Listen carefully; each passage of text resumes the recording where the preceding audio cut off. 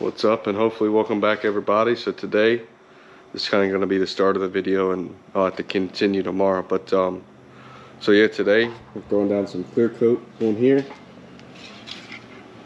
Nothing crazy, just some Rust-Oleum, just stuff I had on the shelf, guys. You don't have to take it to a paint shop and do all, you just use what you got, make it work, as long as it works for you. That's all that matters. It doesn't, don't let other people's opinions and you should have done this, should have done that, I'll strip it down, powder the frame.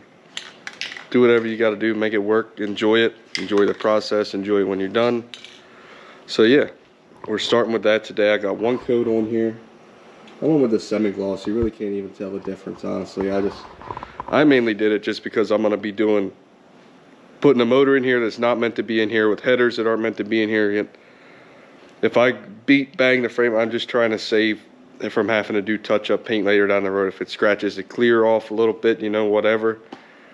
I'm just trying to save myself time later having to redo it. So I'm going to try and set up a time lapse and get me clear coating this, and then hopefully after that we'll be rebuilding this front suspension, making it roll again so we can get it outside and put our new interior in.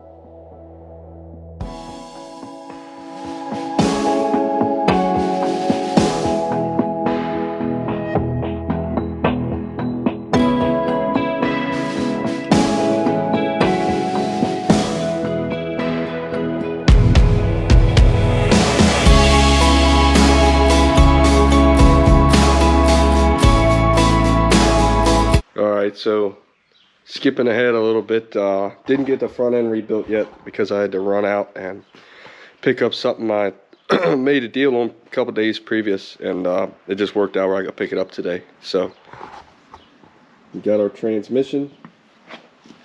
It's a 700 R4 built by ATI.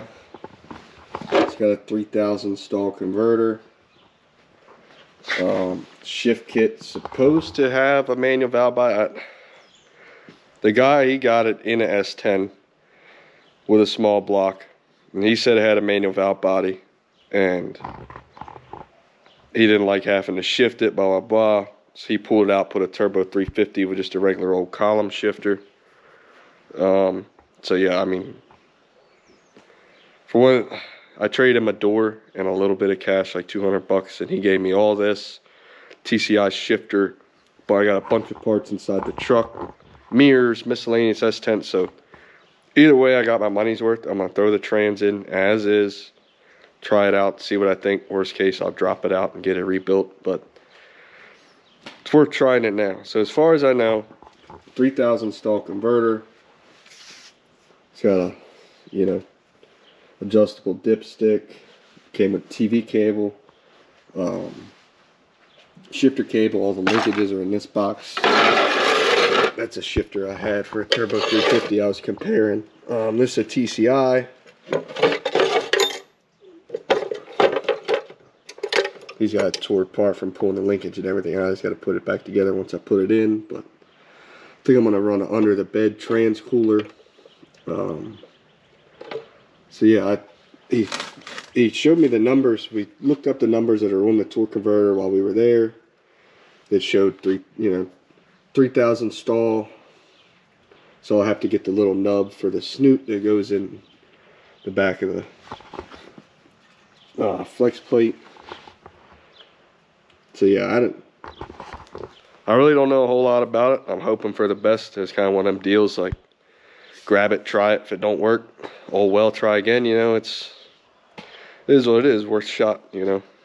So we'll see what happens. Hopefully it all works out.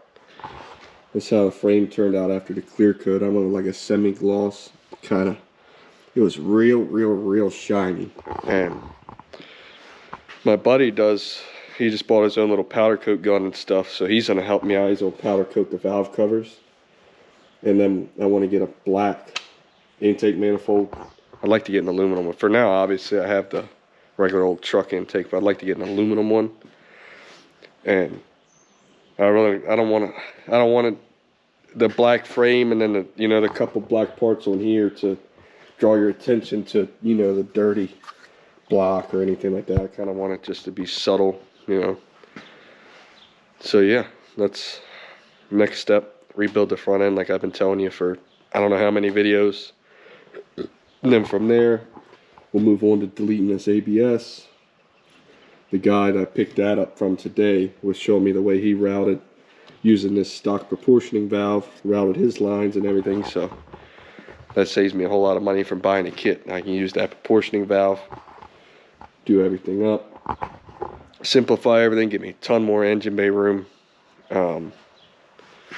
So yeah, the only thing I need to research is this has a TV cable, which normally, I may be wrong. I had a 12 valve Cummins that had a P pump on it, and it had I can't remember what trans. It's been so damn long, but it had a TV cable and it ran up on the pump linkage, and the pump linkage would pull it, and that's what helped control the transmission. So my question is that I need to do some research on. I have a drive-by wire throttle body in here, so I need to see, do I need to go to a junkyard and get a drive-by cable?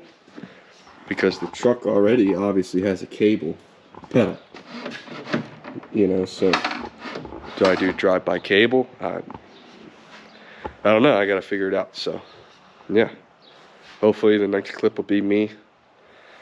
I'll probably shoot some B-roll of transmission, but after that, hopefully the next clip is getting started on this front end. So yeah, thank you for watching.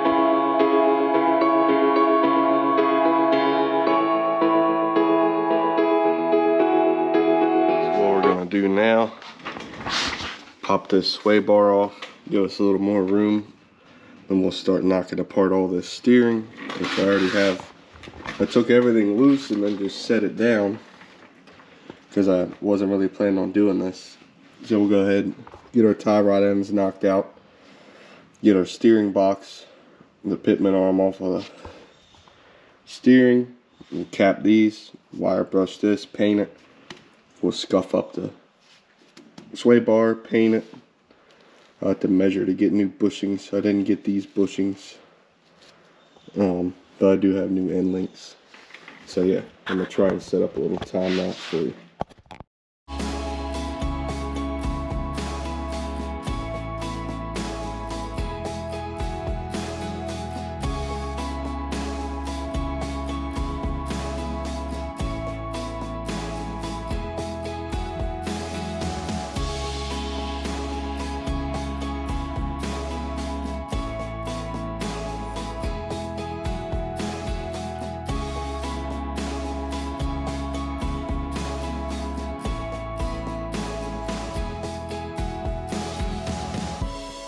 So I got all the old stuff off. I got everything kind of laid out where it was. Gearbox over here. Sway bar, they're ready to get wire wheeled and painted. Getting ready to start mocking up our new parts, get it what I can put together, then I'll jump back, paint this stuff, and get it ready to go.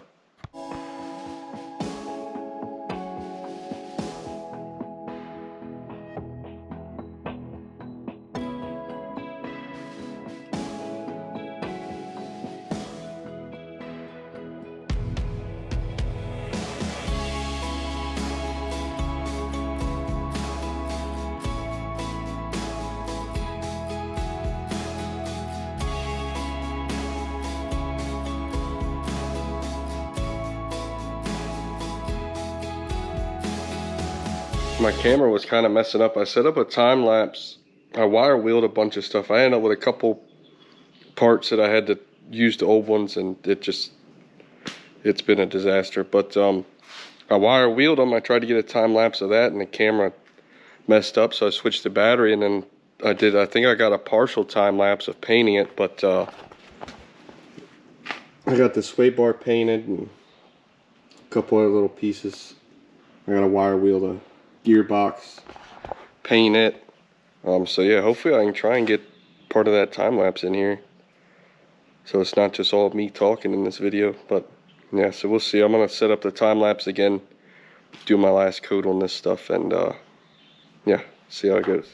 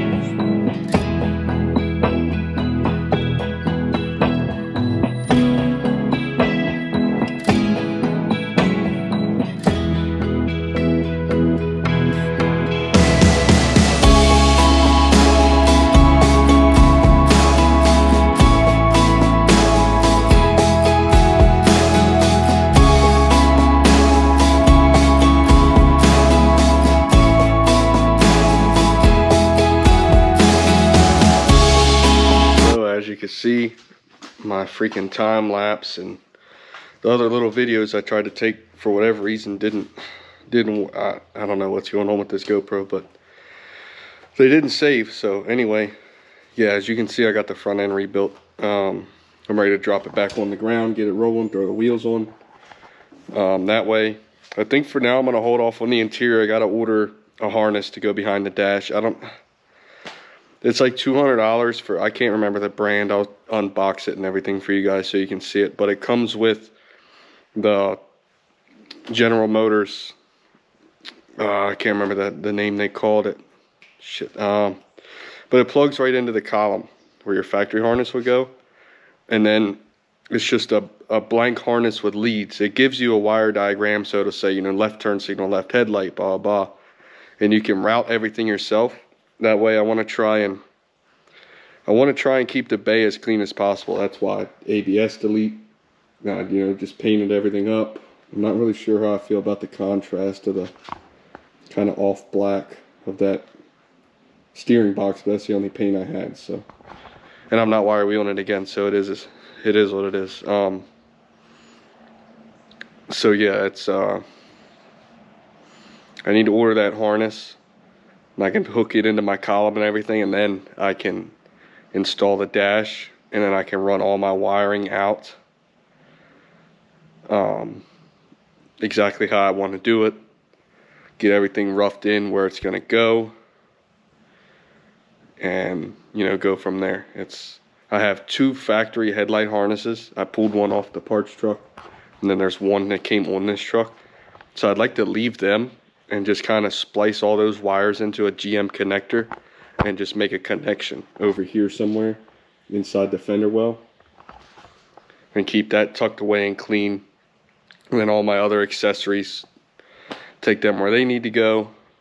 And then once I install the Holley harness or PSI or whatever I decide to go with, I'm leaning toward Holley, but a friend of mine works with a guy who used another company, so I'm looking into theirs as well.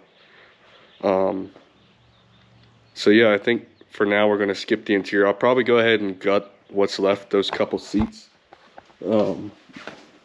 these 2 tomorrow, pull those out, and I'll probably go ahead and get this cleaned up, this connector ready to go, and I may lay the carpet in, but other than that, maybe the headliner, you know, but I might do a little bit of what I can in here as far as headliner, carpet, and then this back trim piece back here, and then wait until that comes in and I can install all the stuff for the dash. I think I'm gonna need a new clock spring too. I have an extra blinker assembly, but I'm gonna cut the clock spring wire, and that's all built in, so I'll have to get a new clock spring, which I should be able to order up, no problem, I'm hoping. So yeah, I think our next step after we get this rolled outside is to jack the back up, pop these wheels off, and lower it. Because the rear end right now, it's a 7.5 inch with a 411 mini spool and Mosier axles. So for what we're throwing at the thing, I'm thinking it'll hold up. Worst case, I'll go get an 8.8 or the junkyard or a 9 inch off Marketplace or something and put it together. But for now, I think it'll be plenty.